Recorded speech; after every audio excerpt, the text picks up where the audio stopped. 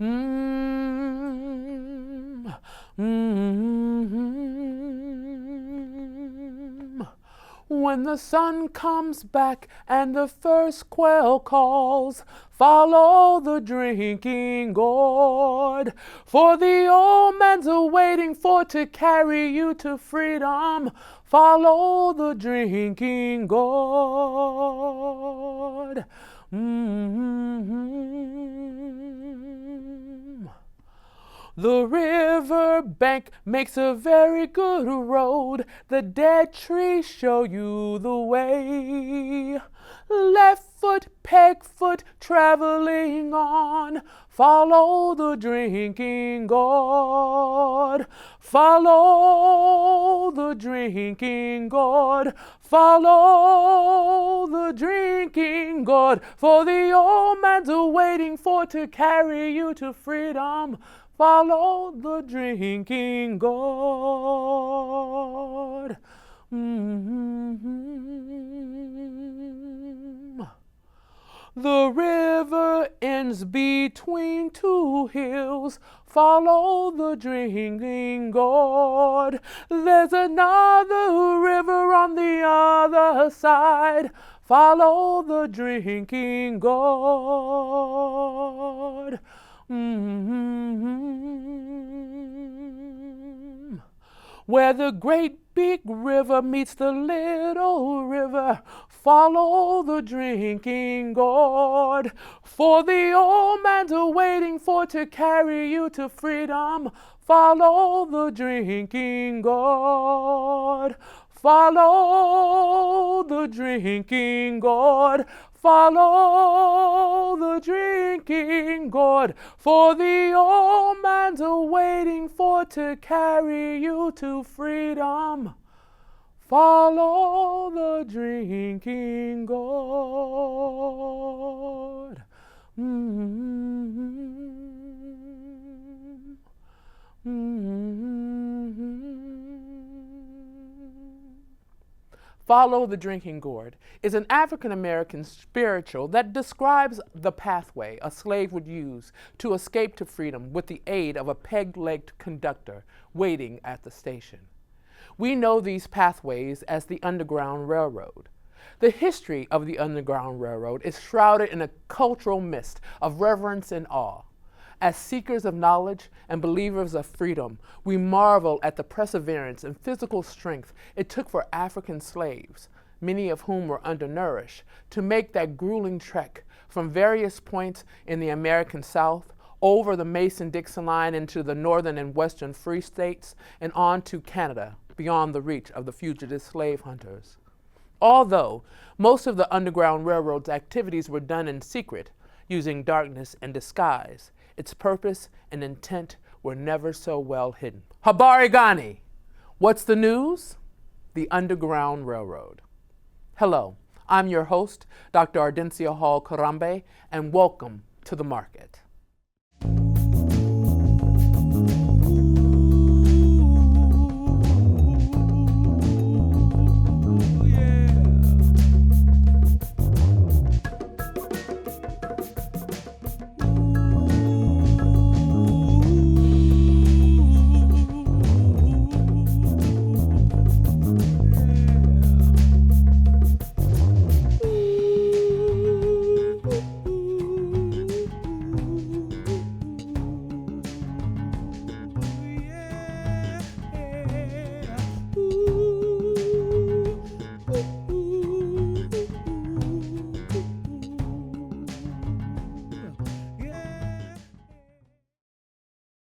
History tells us that from day one, African slaves refused to take their enslavement as a given of some biblical curse to which they had to submit.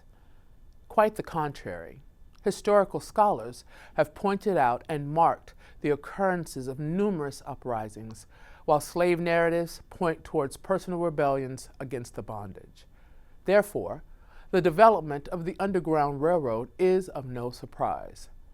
But the plantation culture of the South could not seem to understand why the slave came down with drapetomania, a supposed mental illness described by American physician Samuel A. Cartwright in 1851.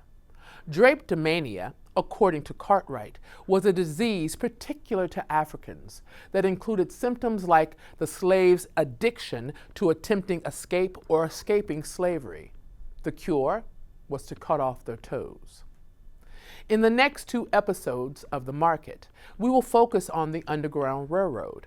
The first episode examines its historical and cultural significance, while the second focuses on the current state of the railroad stations in and around Philadelphia, and how these important historical sites can spur workforce development and tourism for the communities surrounding them.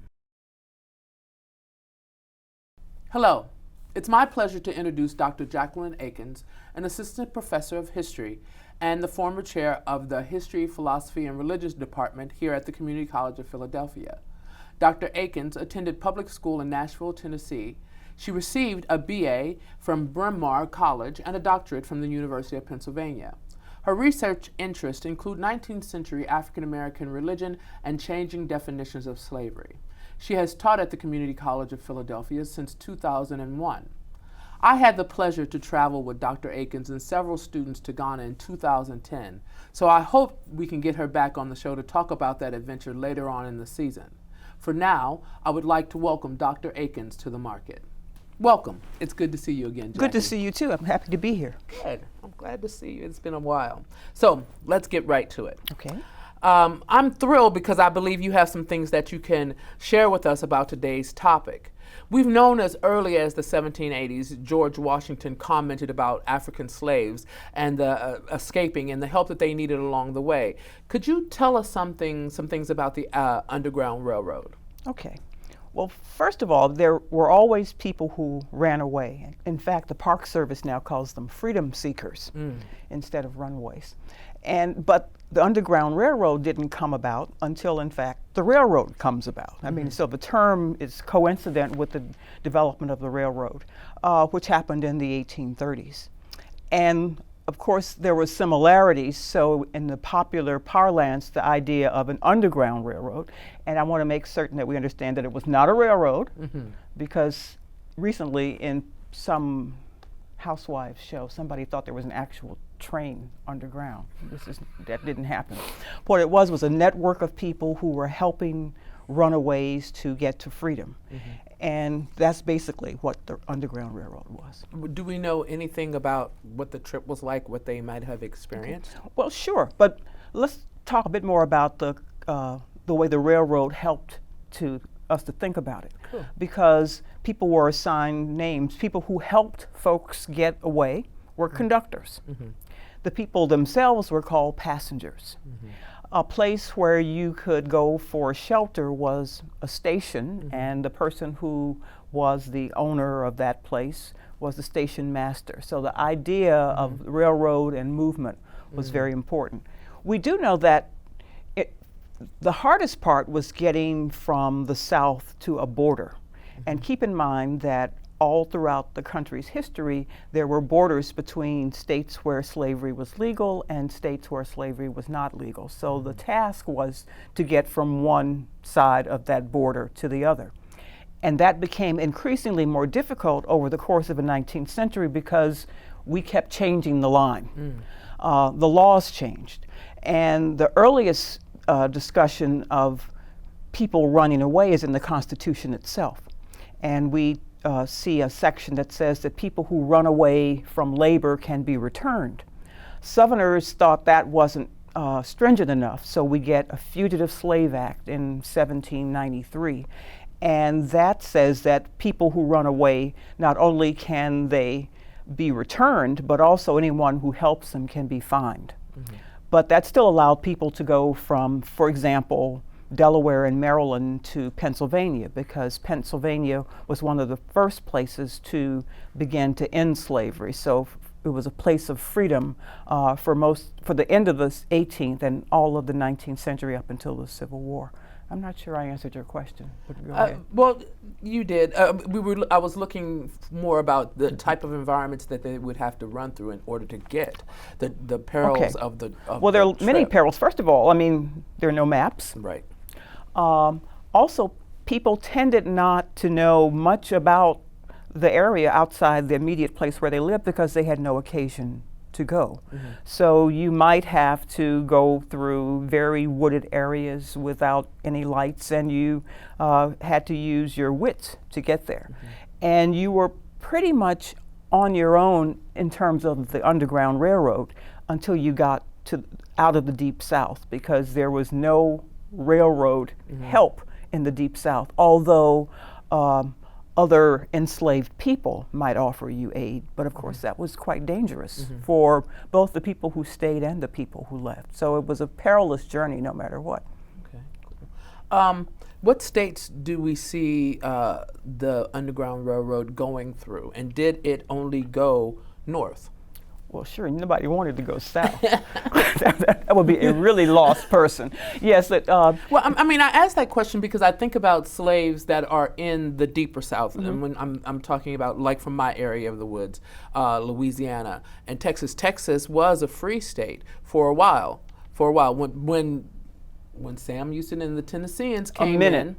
And the 300. A minute. So, okay. For a hot minute. Okay. And so for a while there, before when it was still part of Mexico, you had slaves who would run in from Louisiana and go into Texas. And so some maps that I have seen, when they talk about the Underground Railroad, they include that as part of that discussion. Okay, well, my understanding is it's always borders. And as I said, one border is the border Pennsylvania, Maryland, Delaware. All right, that's one place.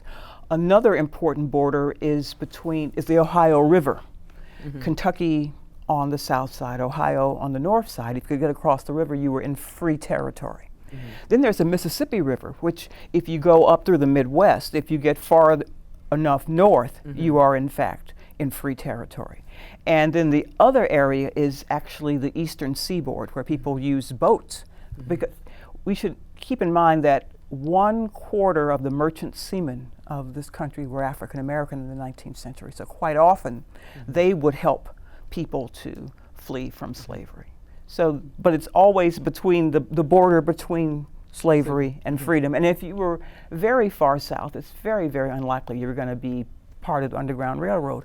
And we have to keep in mind, although as we probably will talk later about how important this idea is in myth and in influencing ideas about slavery, very few people got away. About 100,000 people were able to avail themselves of the Underground Railroad. There were 4 million people in slavery. So what is Philadelphia's connection to the Underground Railroad? Okay. How you mentioned briefly that Pennsylvania was one of the first states to begin to eliminate slavery here in the United States. How did it fit in that railroad? Well, there was, as I said, Pennsylvania ended slavery in 1780, and it was what we call gradual emancipation. People who were alive in 1780 and were enslaved were going to die slaves, but their children would not. Their children would have to serve some time, because keep in mind that the American Revolution was fought for two things. It was fought for liberty, but it was also fought for property rights. So there was a tension between letting people get rid of their property without having been compensated in some way. So gradual emancipation was a way of doing that. Nevertheless, because Pennsylvania became one of the first places where freedom was a legal possibility, and also because Delaware, just very close by. So people would try to get from Delaware to Philadelphia. So you have that geographic sort of impetus. You also have the impact of Quakers, who, although some Quakers originally were slave traders, by the time we get to the end of the American Revolution, Society of Friends was opposed to slavery, and there were many Quakers who were participating in helping those fleeing slavery. So Philadelphia was important for that reason. Also, there's a development at the end of the 18th century of the African Methodist Episcopal Church. It's now known as Mother Bethel, and it's at 6th and Lombard. and it was the first autonomous African American denomination. But the members of that church were very influential in helping people come to freedom. Think about it. You leave slavery. What do you have? Nothing. Mm-hmm.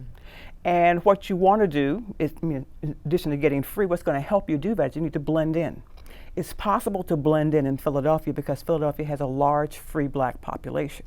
But you need clothes, you need shelter, you need food, and black Philadelphians participated by, if you look at the records of Mother Bethel Church, women made clothes. Mm-hmm. They also helped in other ways, and also there are places in Mother Bethel Church where people hid, because you have to wait till you can get farther north, if that's what you're trying to do, or until it's the time for you to be able to leave the immediate area and go elsewhere. So who were some of the people at Mother Bethel? You mentioned that there were some free blacks. Can you tell me some of their history and some of their involvement in? I mean, individual free blacks? Well, we don't know much about the individual members. We know some, but not about their participation in the Underground Railroad. We do know that there were mutual aid societies, and there were organizations within the church. There was the Sisters of Dorcas, and those women came together and they sewed clothing. And we do know that the ministers of the AME Church were influential in helping with the Underground Railroad. But keep in mind, participating in the Underground Railroad was dangerous. Mm-hmm. So you didn't necessarily talk about it. Mm-hmm. I mean, there was secrecy involved. Now, there was another important Philadelphian, William Still. Mm-hmm. And William Still began as, he was free, and he began working for the Pennsylvania Anti-Slavery Society. But he eventually rose to become the director.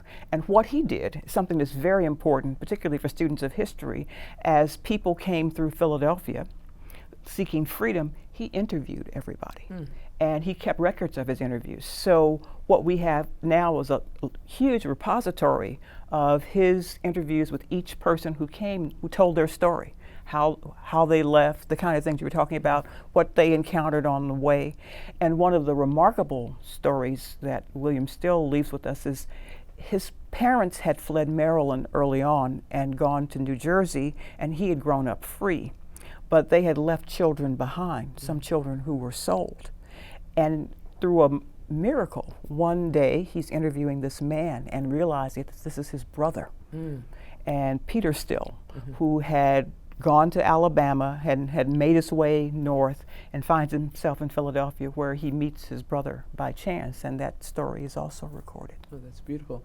And you have a lot of those stories, especially coming out of, if we look at, skip ahead a little bit to emancipation and the idea of, because that was one of the first things a lot of the slaves did once they became free, was to go search for family, high and low. The most important thing. Most important thing was finding those family members that they had lost. There's a very important book that's written quite recently, and it's called Help Me Find My People. And that's what people were trying to do. Yeah, indeed.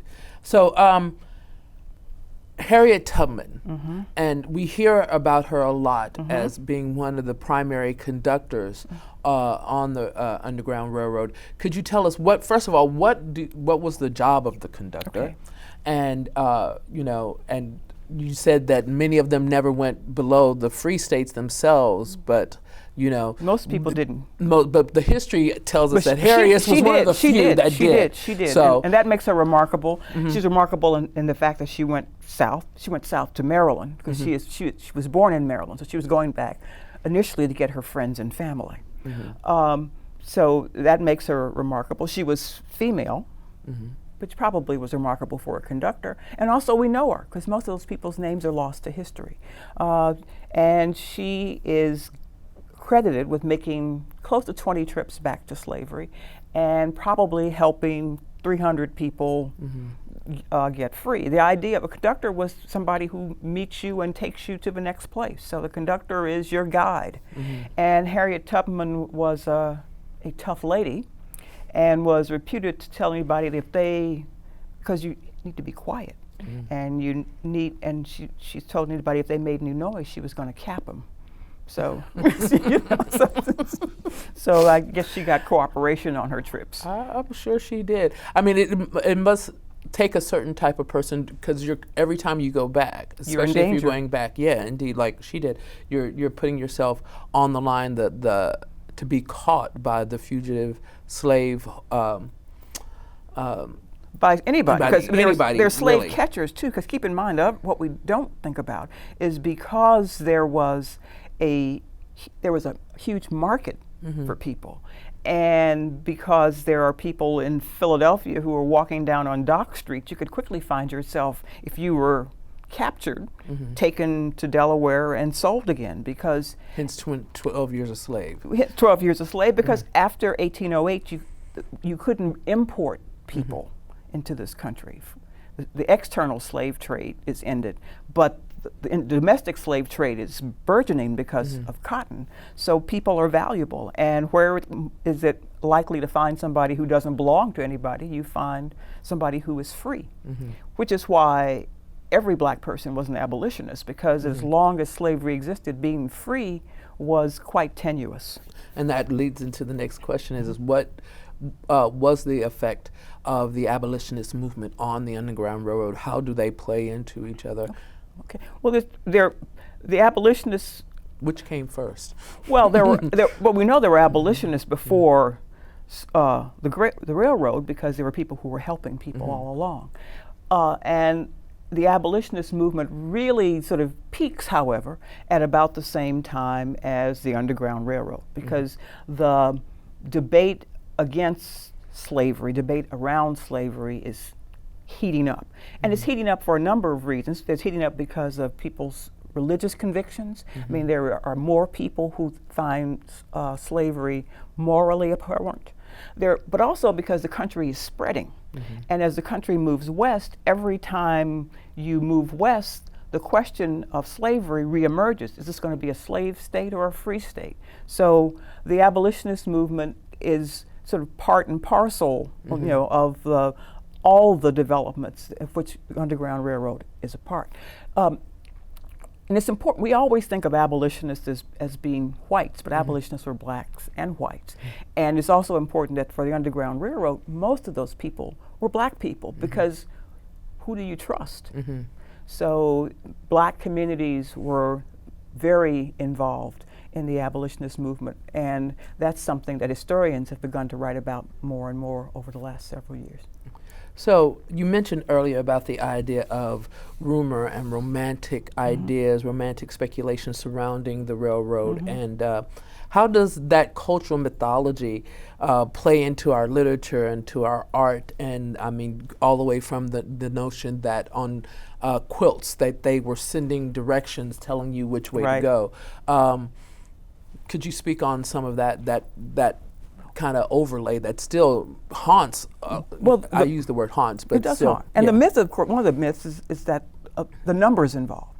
Although the impact of the railroad was far more important than the numbers of people who were actually able to get free, just because it kept the question of slavery and fleeing from slavery alive. But you're right, there's notions about quilts, there's the whole debate about whether or not Negro spirituals were actually coded songs. I mean, Wade in the Water. Many of those songs talk about water, and certainly you can cross over the Jordan River into heaven, but if you cross over the Ohio River, you're free. So those things are part of it. And also we continue to be sort of captivated by the idea of people running to be free. I mean, the whole notion of moving to freedom is a very American idea, and it's certainly a profoundly African American idea. Most definitely.